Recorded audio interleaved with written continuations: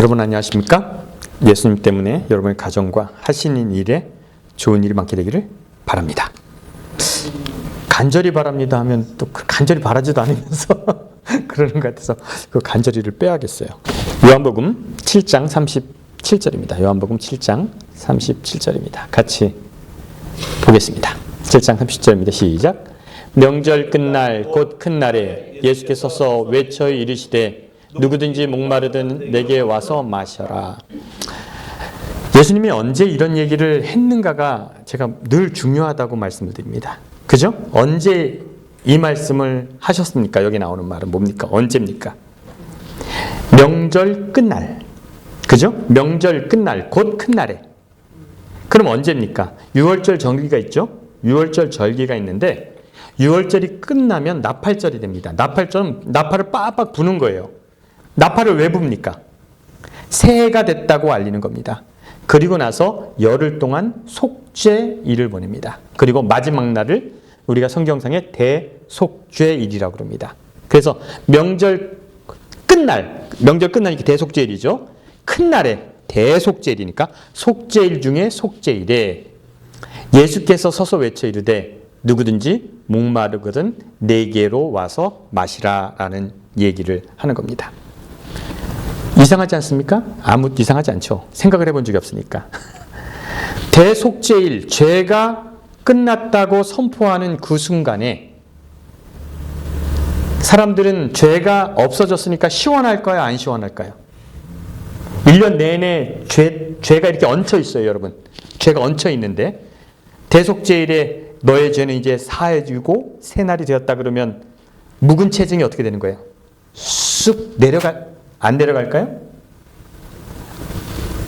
여러분 오늘 잘 들으면 주워 듣는 게 있을 겁니다. 잘 기억하고 듣고 있습니다.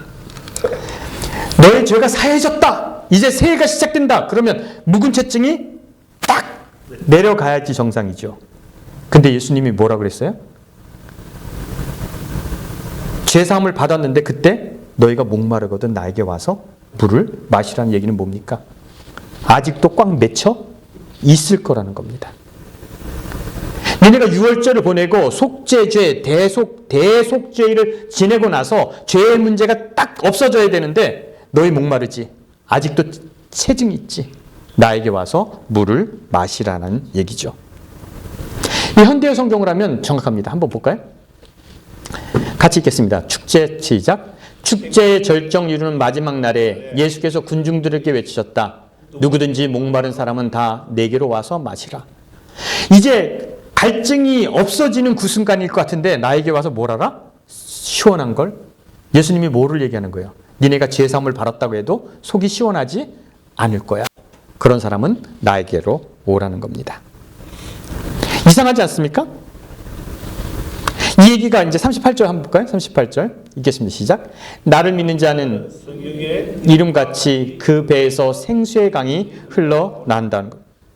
예수님을 믿으면 배에서 생수가 쏟아난다는 겁니다. 그러면 여러분 오늘 그냥 배운다고 생각하시고 계세요? 나를 믿는 자는 성경의 이름과 같이. 그렇죠? 성경. 그럼 여러분이 생각하는 그 성경입니까? 성경에 이른다고 그랬잖아요. 그 시대에 성경 없었습니다. 그럼 여기 성경은 뭡니까? 여기에 성경이 뭡니까? 요한이 요한복음을 쓸 때 성경이 있었다 없었다? 없었습니다. 그 후 300년 후에 성경이 생깁니다. 그 때문에 그 성경은 뭔지 몰라요. 근데 성경을 우리가 뒤져보면 잠언 18장 4절에 이 얘기가 나와 있습니다. 한번 읽어보겠습니다. 시작. 명철한 사람의 입의 말은 깊은 물과 같고 지혜의 샘은 솟구쳐 오르는 내와 같으니라. 이 성경절이라는 거예요. 요한이 그렇게 설명하는 것 뿐이야. 근데 이것은 예수님을 믿으면 솟아난다는 얘기가 아니라 여러분 지혜가 있으면 지혜가 솟아난다는 얘기를 하는 거예요. 이것은 맞지는 않아요. 근데 요한이 여기에다가 붙여 놓았습니다. 그 다음 성경절입니다. 다 같이 읽겠습니다. 시작. 이는 그를 믿는 자들이 받을 성령을 가르쳐 말씀하신 것이라. 가로입니다. 가로. 시작. 예수께서 아직 영광을 받지 아니하셨으므로 성령이 아직 그들에게 계시지 아니하더라. 가로가 있는 것은 뭐라고 했어요? 왜 가로가 있습니까? 성경에. 예? 누가 주석을 단 거예요. 이건 성경이 아니에요. 자, 근데 이 성경절이 어떤 문제점이 있습니까? 이는 그를 믿는 자들이 받을 성령을 가리켜 하신 말씀이라 예수께서 아직 영광을 받지 않으셨으므로 성령이 아직 그들에게 계시지 않는다. 이것은 세대주의 철학이에요. 이건 우리가 믿는 성경이 달라요. 왜냐하면 이런 거죠. 세대주의가 뭡니까? 예수님이 태어날 때까지는 하나님의 시대. 그리고 예수님이 태어난 다음부터 뭐예요? 예수의 시대. 예수가 죽은 다음에는 뭐예요? 성령의 시대. 구분이 됐다는 거예요. 구분이 돼 있습니까? 예수님이 태어나면 하나님은 손 딱 있다가 예수님이 딱 죽은 다음에 성령이 나타납니까? 하나님의 시간을 뭐 하는 거예요? 구분하는 주의자들이 성경을 쓴 거예요. 그래서 이것은 성경적인 것도 아니고, 그러면 예수님이 있을 때 하나님이 가만히 계셨습니까? 아니잖아요. 그러나 그 당시 저런 신학적 사조가 있었다는 겁니다. 그걸 뭐라 그런다고요? 거의 세대주의 신학이라고요. 그래서 시간상 신이 존재한다는 거죠. 예수님이 마라톤이 아니라 바톤 터치하는 계주를 하는 거예요. 예수님한테 넘겨주고 예수님이 죽으니까 성령이 한다는 그런 세대주의 철학에서 나온 성경 구절입니다. 이건 성경적이지 않지만 성경에 기록돼 있습니다. 자, 그러면요, 예수님께서 6월절에 이제 올라가신 거죠. 40절 한번 성경 다시 보겠습니다. 이제부터 중요한 성경절을 하겠습니다. 정신 바짝 차리십시오. 읽겠습니다. 시작. 이 말씀을 들은 무리 중에서 어떤 사람은 이 사람이 참으로 선지자라 하며, 어떤 사람은 그리스도라 하며, 어떤 사람은 어찌 갈릴리에서 나오겠느냐 하느니라. 예수님이 한 얘기를 듣고 어떤 사람은 예수님이 뭐라고 해요? 선지자라고 그런다는 거예요. 근데 예수님이 한 얘기가 지금 한 얘기가 아니죠. 요한복음 5장부터 이번 6월절 얘기가 나오는 거예요. 요한복음 5장에 예수님이 명절이 시작될 때 예루살렘에 올라가셔서 38년 된 병자를 뭐 했어요? 고치셨어요. 38년 된 병자를 어느 날 고치셨어요? 안식일에 고치셨어요. 그래서 사람들이 안식일에 병자를 고쳤다고 예수를 죽이려 하는데, 예수님이 그 병자에게 뭐라고 말씀하셨어요? 침상을 들고 뭐하라? 걸어가라고 했어요. 침상을 들고 걸어가니까 안식일에 아무것도 안 들고 다녀야 되는데 사람들이 모였고 그렇게 했어요. 그러고 나서 6월절에 갈릴리로 가셨다가 부모님이 같이 가자니까 안 가고 다시 와서 사람들에게 가르치시는 거예요. 그리고 너희가 어찌하여 나를 죽이려 하느냐? 이런 얘기를 하시는 거예요. 왜 나를 죽이려 하느냐? 내가 38년 된 병자를 고친 것이, 안식일에 고친 것이 죽을 일이냐? 라고 질문하는 겁니다. 그리고 할례 얘기를 하십니다. 그리고 나서 이 얘기하고 나서 이 얘기를 하시는 거예요. 사람들이 이 얘기를 모두 듣고 예수는 선지자라 하는 겁니다. 메시아라 하는, 어떤 사람은 메시아라고 하는 거예요. 여러분, 내가 여러분들에게 정말 충격받은 거 있는데, 메시아가 뭐라고 설명하다가 나 혼자만 알고 떠드는 건데, 메시아가 뭡니까? 성경에 예언하는 메시아가 뭡니까? 원자. 아니죠. 메시아는 기름 부음을 받은 자입니다. 따라 하시기 바랍니다. 이거 기억하세요. 메시아의 뜻이 뭐라고요? 기름 부음을 받은 자, 구원자는 아니에요. 아시겠죠? 그러면 기름 부음을 받은 자는 누굽니까? 성경에 누가 기름 부음을 받았어요? 첫 번째, 모세가 기름 부음 받은 자입니다. 모세 다음에 기름 부음을 받은 자? 여호수아죠. 그 왕으로서는 또 기름 부음 받은 사람이 있죠. 첫 번째 기름 부음 받은 사람. 사울이 기름 부음을 받았죠. 사무엘이 기름 부음을 받았죠. 그래서 메시아는 누구냐면 왕이기도 하고 선지자이기도 하고 제사장인데, 우리가 당하는 고난 중에서 우리를 건져내줄 사람을 뭐라 그런다? 메시아라고 그런다는 거예요. 이해가 되십니까? 메시아는 사람입니다. 그런데 사람들이 이 사람은 참으로 메시아, 선지자가 메시아입니다. 다른 번역에는 메시아예요. 메시아라고 생각하는 사람이 있고요. 어떤 사람은 메시아가 어찌 갈릴리에서 나오겠니? 그렇게 생각하는 거죠. 장로님, 이장로님, 어느 도에서는 지도자가 나오면 안 된다고 생각하시죠? 도가 있어요, 우리나라에? 어느 도 사람, 이런 생각하는 사람 있잖아요. 거기서는 안 돼! 어디만, 막 이런 게 있단 말이에요, 사람들의 마음속에. 우리 조선시대 함경북도 사람은 안 된다고 그랬어요. 막 그런단 말이에요. 그런 생각이 있다는 거죠. 근데 여러분 생각해 보시기 바랍니다. 그러면 예수님이 그들의 인식 속에 어떤 예수님인가? 자, 여러분 잘 기억하십시오. 이제 오늘 잘 들으면 좋습니다. 상식적으로. 마태복음의 예수님은 고향이 어디예요? 마태복음의 예수님은 베들레헴이 고향입니다. 요셉과 마리아가 베들레헴에 살다가 결혼해서 뭘 낳았어요? 애를 낳았어요. 그때 예수님이 탄생해요. 동방박사가 와서 헤롯에게 메시아가 탈출한 게 어디니까 했더니 베들레헴이라고 그랬어요. 그런데 꿈속에 천사가 나타나서 요셉에게 어디로 피하라? 애굽으로 피하라. 그래서 애굽으로 피했다가 다시 헤롯이 죽었다는 말에 베들레헴으로 돌아오라고 그러는데 헤롯의 아들이 왕이 됐다는 말을 듣고 어디로 갔다? 갈릴리로 나사렛으로 갔다는 얘기가 마태복음입니다. 그럼 누가복음의 예수님은 고향이 원래 요셉과 마리아의 고향이 어디라고요? 나사렛이에요. 나사렛에 마리아와 요셉이 같이 약혼을 했는데 임신을 했는데 뭐 하라는 명이 내려서 호족하라는 명령이 내려서 고향은 나사렛인데 베들레헴에 가서 애를 낳았어요. 그리고 결례를 다 행하고 다시 나사렛으로 올라간 예수입니다. 아시겠죠? 마태복음의 예수와 누가복음의 예수는 다릅니다. 마태복음은 베들레헴이 뭐라고요? 예수님의 본적지가 되는 거고요. 그 다음에 누가복음에는 예수님의 출생지가 베들레헴이 되는 거예요. 아시겠죠? 베들레헴이라는 것에 맞습니다. 그러면 한번 보죠. 다음 성경절입니다. 42절입니다. 자, 같이 읽겠습니다. 시작. 성경에 이르기를, 잘 읽으세요. 이거 오늘 중요한 거 배우는데 꼭 아셔야 돼요. 시작. 성경에 이르기를 그리스도는 다윗의 씨로 또 다윗에 살던 마을 베들레헴에서 나오리라 하지 아니하였느냐 하며, 예수를 보면서 저건 메시아가 될 수 없어. 왜 예수는 메시아가 될 수 없어? 왜 저 사람 뭐라 그러는 거예요? 예수는 갈릴리 사람이니까 메시아가 될 수 없어. 메시아는 어디서 나와야 돼? 대답 좀 똑바로 하세요. 이거 중요하니까. 베들레헴에서 나와야 돼. 근데 요한복음은 예수님이 베들레헴에서 났다는 얘기가 없어요. 예수님이 베들레헴에서 났다고 증명하지 않아요.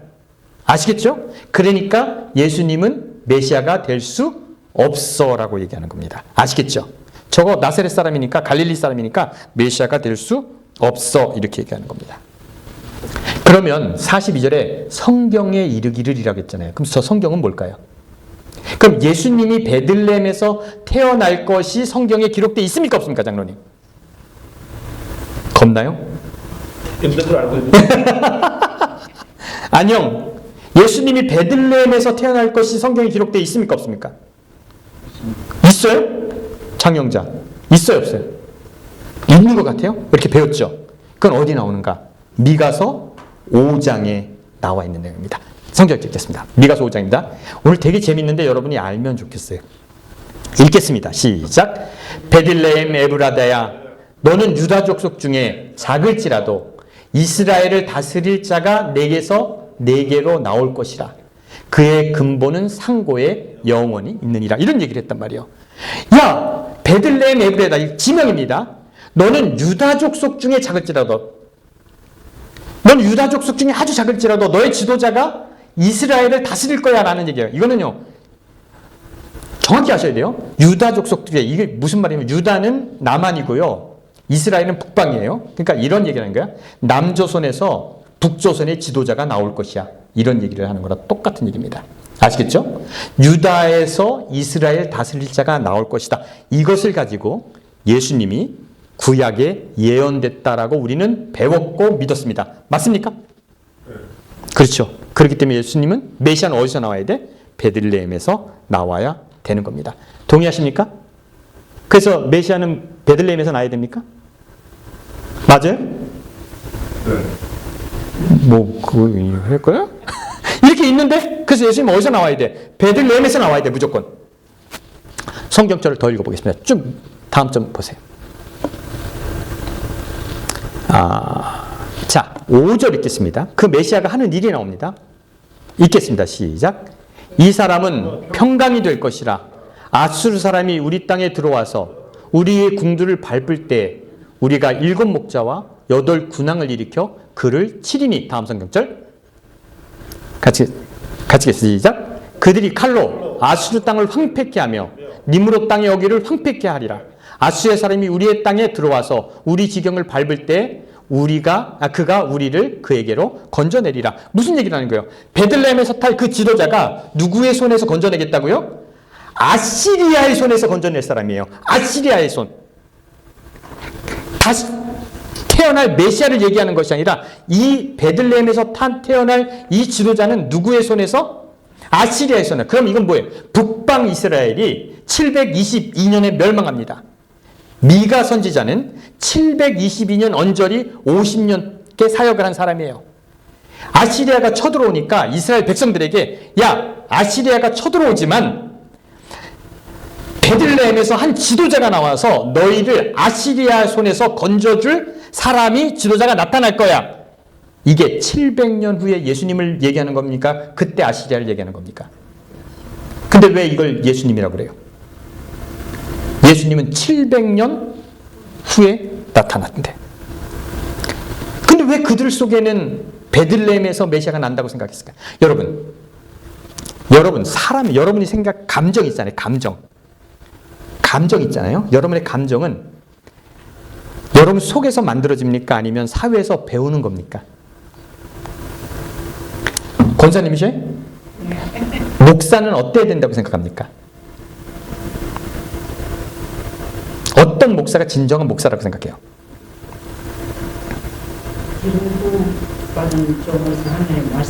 그럼 너무 복잡하다.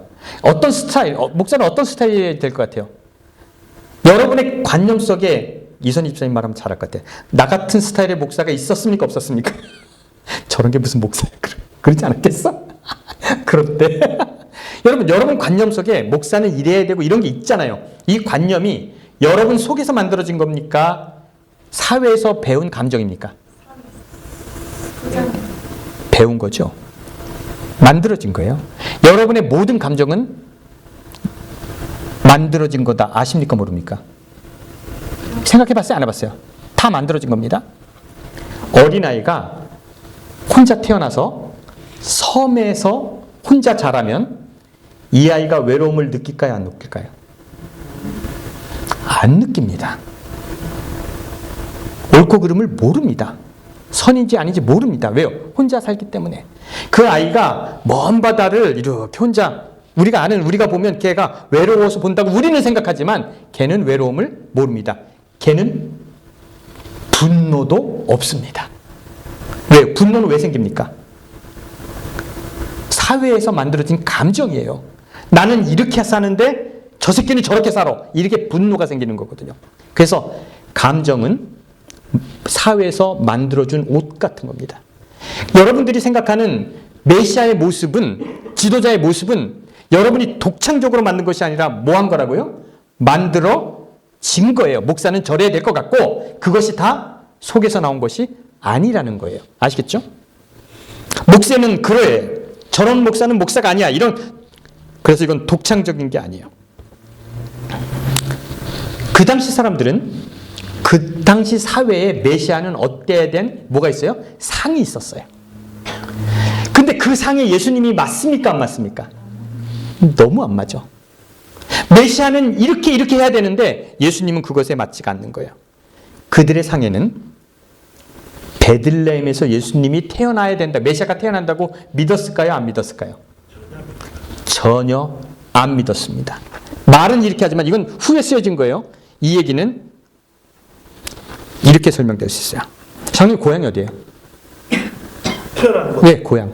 경상남도 마산. 마산 사람이구나. 마산 사람이면 베드로 같대요? 베드로가 뭐 같아요? 유다 같죠, 유다. 자, 장로님 마산 사람이에요. 예언서에 이런 게 있습니다. 얼마 후에 마산에 우리의 구원자가 나타날 것이다. 지명이 있죠. 그는 영원부터 전부터 준비됐으며 그가 우리 민족을 구할 것이다. 그가 나타나서 일본군을 쳐부실 거고 일본으로 쳐들어가서 이토 히로부미를 죽이고 일본 땅을 정벌할 것이다. 이 계획은 영원부터 작정된 것이다. 이런 예언이 있다고 치자고요. 근데 우리가 미국 이민 와서 마산 구세주 아니야? 이렇게 하면 이거 미친놈입니까? 아닙니까? 이 예언이 맞으려면 시대가 맞아야 돼. 일정 시대야지. 우리가 기다려야지. 근데 지금 와서 미가서의 얘기는 700년 전의 얘기인데 700년 전에 그런 지도자가 나타날 것이라는 얘기를 예수님 시대에 끄집어 와서 메시아가 그렇게 나타날 것이라고 얘기하면 정상적입니까? 아닙니까? 아니에요. 아무도 그렇게 믿지 않았어요. 지도자는 어디에서 나타나는 게 아니에요. 근데 사람들은 그렇게 믿었다는 거예요. 그것은 뭐라는 거예요? 감정이 생긴 거예요. 그냥 배운 거예요. 그런 거지 맞지 않은 거. 이해가 되셨습니까? 미가서 5장에 베들레헴에서 지도자가 나올 거라는 것은 예수님께 적용할 수 있다 없다? 없어요. 그건 너무나 웃긴 얘기예요. 그런데 그것 때문에 우리는 예수님이 뭐 했다고 그래요? 구약에 예언됐다고 그래요. 말씀이 이루어졌다. 네? 말씀이 이루어졌다고 그래요. 이루어진 거 아닙니다. 여러분 예언이 뭡니까? 예언이 뭐예요? 예언을 뭐라고 생각하세요? 저는 우리 아들이랑 얘기할 때 설교하면서 준비하면 아들에게 전화 얘기하거든요. 명우야 너 예언이 뭐라고 생각하니? 그랬더니 우리 아들이 특이한 얘기를 하더라고. 예언이요? 그 예상 아니에요? 그러더라고. 예언? 그래 예상? 맞다. 네 말이 맞다. 그 생각을 했어요. 여러분 지금부터 100년 후에 일어날 일을 예언하면 나랑 의미 있습니까? 없습니까? 100년 후. 넌 지져라. 우리 동업자가 그 돈을 같이 투자하는, 그러니까 점을 보러 가서 동업자가 어떤지 물어봤대. 동업을 해도 되는지. 물어봤더니 당신 동업자는 돈을 너무 좋아하는 사람이래. 그래서 돈을 조심하라고 이렇게 얘기했다 그랬어. 나는 적어도 난 돈을 별로 안 좋아해요. 근데 잘못 봤어. 근데 예언을 100년 후에 거로 하면 의미가 있어요, 없어요? 난 죽을 건데 의미가 없어요. 그럼 예언은 뭘까? 우리 아들이 얘기한 예상이랑 비슷하지 않을까? 근데 제가 이런 생각을 했어요. 제가 책도 보고 유튜브도 보고 이런 막 많이 했어요. 제가 제일 무시하는 부모들이 누군지 아십니까? 자식을 의사 만들려고 열심히 고생한 사람들을 내가 조금 무시해. 난 진짜 내 마음속으로 그럴 필요가 있나 라는 생각해. 그러니까 아들에게 이런 얘기를 했어요. 어려서부터. 야, 너 있잖아. 고등학교 졸업하고 4년 배출러, 그러니까 학사 해야 되고 본과를 가서 4년을 해야 되고 그 다음에 인턴 해야 되고 그 다음에 레지던트 해야 되고 그리고 네가 돈을 버는 시기는 한 32살 때 돈을 버는데 그때부터 빚을 갚아야 돼. 그리고 35부터 쭉 벌어서 야, 왜 그걸 하려고 그러니? 이런 얘기를 해줬거든요. 그 애들이 순종해서 공부를 했을까요? 안 했을까요? 안 하죠. 좋더라고. 명우야, 생각해봐라. 너 치과 의사가 됐다고 생각해봐. 하는 일마다 뭐만 보는 거야? 치과 의사가 제일 불쌍한 이유 아십니까? 예? 치과 의사가 보는 세계는 이거밖에 없어. 근데 이런 직업의 문제가 뭔지 아셔요? 내가 아들에게 한 얘기예요. 야, 이런 직업의 문제가 뭔지 아니? 네가 10년, 20년 공부했는데 이게 하기 싫어도 이걸 뭐 해야 돼? 해야 돼. 너는 썩은 일을 계속 뽑아야지만 먹고 살아. 왜 그런 일을 해야 하니? 그리고 이제 의사 별거 아닌 시대가 올 거야. 내가 얘기를 했어요. 이거 예언입니까? 예상입니까? 예언입니다. 예언한 거예요. 예언은 사회를 보고 공부를 하다 보면 나중에 어떻게 될지 우리가 뭐 하는 거예요? 어슴풀이 알 수 있는 거죠. 700년 후에 있을 일을 예언하면 나랑 무슨 상관입니까? 이선희 선생님 저보고 요한계시록을 하자고 그래. 저 양반 참 특이해. 요한계시록에 흰말을 탄 자가 동쪽에서 칼을 들고 한 때와 두 때와 반 때를 얘기한다고 하는 거 해석하면 뭐 할 거예요? 뭐 할 거예요 그거? 로마가 어쩌고 뭐 열발가락이 어쩌고 그래서 역사적으로 맞으니까 언제 올지도 모르는 재림이 언제 한다고 마치면 뭐 할 거예요? 그게 예언이에요? 흰말은 뭡니까? 순결을 상징하죠. 칼은 뭐를 상징합니까? 정의를 상징합니다. 말은 무엇을 상징합니까? 강력한 군사를 상징합니다. 이렇게 해서 이제 영원히 준비하고 있어요. 이거 예언인데 이거 공부해서 뭐 할 거예요? 예언은 100년 후의 예언은 아무 의미 없습니다. 그런데 제가 살아가다 보니까 저는 2000년도에 미국에 처음 왔어요. 2000년도에 어디를 가다가 이제 그 아르헨티나에 집회를 가다가 미국에 처음 왔는데 저 진짜 깜짝 놀랐습니다. 미국이라는 데 진작 올 걸. 뭐에 깜짝 놀라면 홈디포에 들어가고 깜짝 놀랐어요. 여러분 한국에는 철문점이 얼마나입니까? 요거 요만한데 거기 다 있어. 진짜 요만해. 철문점이 거기에 못 달라면 못 주고 벤치 달라면 벤치 주고 거기 다 있는데 미국으로 오니까 홈디포가 어때요? 와, 내가 우리 아이들에게 미국 시민권을 줘야겠다 그때 다짐했어요. 제가 우리 아들이 태어났을 때 엄마 나를 천재로 키워주세요라는 책에 5살에 언어를 배우지 않으면 언어를 원어민처럼 못한다는 거예요. 그래서 우리 아들 5살 때 휴직하고 필리핀으로 애들을 데리고 영어를 공부시키러 갔습니다. 중고차 장사를 했어요. 중고차 3대를 가져가서 그걸 팔고 공부를 시켰는데 2대를 사촌동생이 띄어먹고 그래서 한 대 가지고 징그럽게 고생하다가 한국 와서 노가다 하고 그러다 도로 미국에 왔어요. 여러분, 내가 배운 게 있고 내가 느낀 게 있어서 미국 시민권을 주겠다고 생각하고 영어를 가르치라고 생각한 것이 뭐예요? 그게 예언이고 예상인 거죠. 100년 후에 이 애들에게 무슨 일이 날게 나랑 무슨 상관이에요? 영어 가르치는 게 낫죠. 근데 종교는 예언의 목을 맵니다. 그래서 그것이 맞지? 그래서 내 말이 맞지? 이렇게 얘기를 합니다. 맞을까요? 맞을까요? 여러분들이 예언 공부를 쭉 했잖아요. 그것이 맞을까요? 700년 후에 일어날 일, 미가서에 예수님의 메시아 되심을 예언했다고요? 그렇게 보고 싶은 거지 전혀 문맥적으로 그렇지 않습니다. 예언은 예상과 비슷해요. 여러분, 만약에 예수님께서 사람들의 통념 속에 가진 메시아상을 가지고 행동하셨다면 예수님이 어떻게 행동하셨을까요? 그 시대에 메시아상이 있단 말이에요. 다윗의 자손이고 근엄하고 누구 닮았겠어요? 그 시대에 누구 닮았겠어요? 예수님이 제사장이나 선지자를 닮았겠죠. 근엄하게 예배상에 가서 막 이렇게 하는 예수님, 더 세련되게 그들이 원하는 메시아상대로 설교하는 예수님을 만났으면 2000년이 지난 우리가 예수님을 존경할까요? 안 할까요? 안 합니다. 그런데 예수님은 그 통념 속에 그런 메시아가 아니었어요. 여러분이 생각하는 그런 사람이 아니었어요. 만약에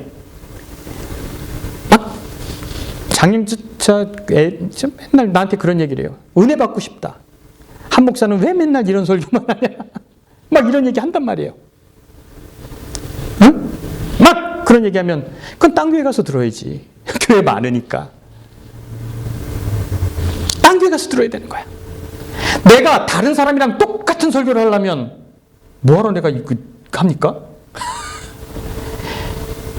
아니에요. 예수님이 남들처럼 하려고 하는 생각이 없었기 때문에 메시아로 우리가 여지껏 기억하는 거예요. 2024년이 지났어도 우리는 예수님을 존경하고 그 길을 가고 싶어 하는 거예요. 왜요? 예수님은 그들이 생각하는 메시아와 같지 않았기 때문에 그렇습니다. 성경절 37절 다시 한번 보겠습니다. 37절 이거 보겠습니다. 같이 읽겠습니다. 시작. 명절 끝날 곧 그날에 예수께서 서서 외쳐 이르시되 누구든지 목마르거든 내게 와서 마시라. 다음 절이요. 나를 믿는 자는 성경의 이름같이 그 배에서 생수의 강이 흘러나리라. 다시 이제 정리하겠습니다. 명절의 끝입니다. 제사장과 종교는 이제 여러분들의 1년 동안 죄가 사함을 받았다고 선포합니다. 그럼 시원해야죠. 묵은 채증이 쫙 내려가야죠. 그런데 묵은 채증이 내려가지 않아요. 그죠? 여전히 죄가 있는 것 같고 답답해요. 그때 예수님이 너희가 목마르거든 나에게로 오라 이런 말씀을 하십니다. 예수님이 첫 번째 6월절입니다. 첫 번째 6월절에 예수님은 어디 가셨다고요? 성전에 가셨어요. 성전에 가셔서 양 잡고 양을 팔고 이런 사람들에게 어떻게 했어요? 뒤집어 엎었어요. 야, 이게 죄사함을 받는 것 같냐? 엎고 막 소리치고 막 노끈을 가지고 막 이렇게 했어요. 그때 사람들이 예수님 보고 뭘 느꼈습니까? 뭘 느꼈겠어요, 장로님? 예수님 보고 뭘 느꼈겠어요? 뒤집어 엎는 예수님을 한번 상상해 보세요. 뭘 느꼈겠어요? 네? 두려움. 이상하다도 느꼈겠죠? 뭐 하는 거지도 느꼈겠죠? 근데 뭐를 느꼈을 것 같아요? 난 시원함을 느꼈을 것 같아요. 1000년 동안 양을 잡고 1000년 동안 매해 와서 죄를 사하고 막 이런 예식을 했는데 그들의 마음속에 이게 죄를 사한다고 생각하는 마음이 생길까요? 안 생길까요? 그냥 내년에도 또 오고 그러는 거죠. 이상하다고요. 근데 그 사람들이 이런 질문해요. 제사장님, 이 제사를 통해서 내 죄가 사해질 것 같습니까? 이런 질문을 하면 제사장이 뭐라 그래요? 이단이라고 그래요. 믿으라고 그래요. 그래서 1000년 동안 의미 없는 것 같고 뭔지 모르겠지만 올해도 내가 죄를 졌기 때문에 양을 사서 바치는 그 사람의 생각이 있겠습니까? 없었겠습니까? 답답할 수 있어요. 그 답답했던 사람들이 예수님의 행동을 보고 어땠을까요? 시원했을 거예요. 여러분, 사마리아 여인을 만났어요. 사마리아 여인이 예수님께 한 질문이 뭔지 아십니까? 어떤 질문을 했어요? 사마리아 여인이. 사마리아 사람들은 그리심산에서 예배드리는데 저들은 예루살렘에서 예배드려야 한다고 하더이다. 어디서 예배드려야 합니까? 그 여자의 채찍이 그거죠. 묵은 채찍이 그거죠. 그때 예수님 뭐라고 했어요? 이 산에서도 하지 말고 저 산에도 하지 말라. 하나님은 영이시니 신령과 진정으로 예배할 자. 이 여자의 채찍이 내려갔겠습니까? 안 내려갔습니까? 시원했어요. 예수님의 삶은 사람들에게 얹혀있는 것을 어떻게 하는 거예요? 시원하게 내려주는 거예요. 생수 같았어요. 38년 된 병자가, 이 다음 6월절이에요. 38년 된 병자가 38년 동안 병이 들어 있었어요. 근데 이 사람을 안식일에 고치시고 그들의 율법에 도전을 하십니다. 사람들은 생각했어요. 율법이 자기를 지배하니까. 그 율법대로는 그렇게 하면 안 되는데 이게 옳은가 안 옳은가 모르는데도 하여튼 제사장과 랍비들이 안식일에는 그러면 안 된다고 그러니까 딴짓은 다 하면서 근데 예수님께서 그것을 퍼포먼스로 보여주는 거예요. 너 침상을 들고 뭐하라? 걸어가라. 여러분, 의문을 가졌던 그 유대인들이 그걸 보고 뭘 느꼈겠어요? 시원했겠죠. 율법이 저런 것이 아니구나. 나를 얽매고 있던 것이 그런 것이 아니구나. 그래서 시원했겠죠. 평생을 종교라는 것이 내 가슴에 고구마 문구 얹혀보셨죠?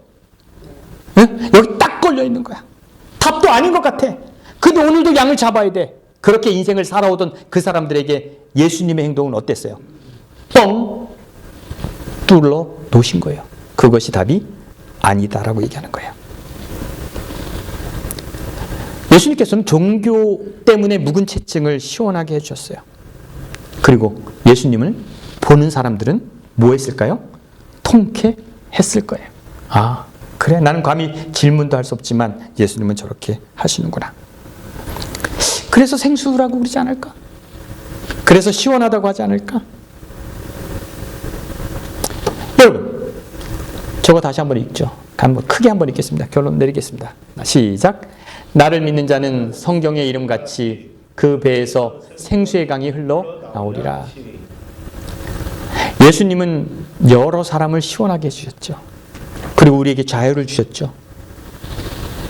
그 여러분들이 모든 사람에게 자유를 줄 필요 없어요. 여러분은 뭐 하면 돼요? 여러분 속에서 생수가 나오면 되는 거예요. 어디서 생수가 나와야 된다고요? 어디서 생수가 나와야 된다고 그랬어요? 여러분 배에서, 여러분의 속에서. 그러면 이선희 집사님 속에서 나온 생수가 나를 시원하게 할까요, 안 할까요? 그 배에서 나온 걸 내가 먹자니? 싫어. 당신들 속에서 나온 생수는 나를 시원하게 하지 못해. 찝찝하잖아요. 예수님을 만난 사람들은 어디서 나온다고요? 자기 배에서 나온 거예요. 누가 시원한 거예요? 내가 시원한 거예요. 남을 간섭하려 하지 말아요. 여러분들이 예수님의 그 행동을 보고 내 속에서 진리가 나타나면 누구를 시원하게 한다고요? 나만 시원하면 되는 거예요. 나만. 근데 사람들은 내 속에 생수가 넘치기 때문에 남을 주려고 해요. 그거 네 뱃속에서 나와서 싫다이? 억지로 주려고 하지 마세요. 나가 내 속에 생수가 나와서 예수님을 믿는 사람은 내 속에 평안이 있는 거예요. 그 평안을 강조하는 거 아니에요. 예수님은 인류에게 시원하게 하셨지만 따라하시기 바랍니다. 나는 나나 잘하자. 나나 잘하자. 신경 쓰지 마세요. 여러분이나 잘하세요. 그러면요. 어제 이제 트럭 하는 젊은 친구가 뭐 어떤 프로젝트에 어떻게 들어가냐 이런 물어보러 전화를 했어요. 그래서 이런 얘기를 하는데 야, 너 요즘 일 없는데 일 없을 때 뭐하니? 그랬더니 그 친구가 성경도 보고 기도도 하고 그런다고 그러더라고. 그럼 또 내가 야 그래? 넌 진짜 잘 믿니? 그랬더니 잘 믿어. 자기는 영생하는 것도 원하고 천국도 가고 싶대요. 자기는 천국에 진짜 가고 싶대요. 그래? 그러면 너는 천국에 몇 살 나이로 가고 싶니? 지금 나이로 가고 싶니? 90살 나이로 가고 싶니? 어린 나이로 가고 싶니? 여러분 그렇잖아요. 몇 살 나이로 가고 싶어요? 천국에 가고 싶어 하시는 이선희 집사님. 지금? 아니요. 그럼 몇 살? 100살. 100살? 그럼 꼬부랑 깽깽 할머니 갈 거야? 그럼 천국에 가고 싶은 사람은 도대체 몇 살 나이로 가고 싶습니까? 몇 살 동안 영원히 살고 싶습니까? 이런 생각 해요, 안 해요? 그 피아노 집사님 안 해요? 가고 싶은 마음이 없지 별로. 질문을 안 하는 거야. 천국에 가고 싶다고 하지만 어떤 모습으로 살 영원히. 그래서 너는 어떤 나이로 가고 싶니? 그랬더니 걔가 그런 말 하더라고요. 생각 안 해봤는데요. 하여튼 가고 싶어요. 그러더라고. 그래서 아 그렇구나. 아무 생각 없이 천국을 가고 싶고 아무 생각 없이 영생하고 싶구나. 그래서 제가 그런 말을 했어요. 나는 천국에 안 가도 되고 영생 안 해도 돼. 난 그걸 바라지 않아. 예수님을 믿어서 행복했다면, 좋았다면, 내가 마지막으로 죽을 순간에 하나님 내가 태어난 것을 정말 감사합니다 라고 했다면 그것이 뭐다? 천국이다.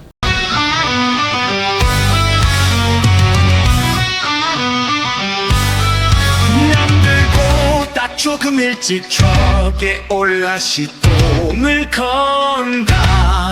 에어가 차기까진 유일한 자유시간 날림 소리 끝나면 커다란 버거움을 끌고 나는 달린다.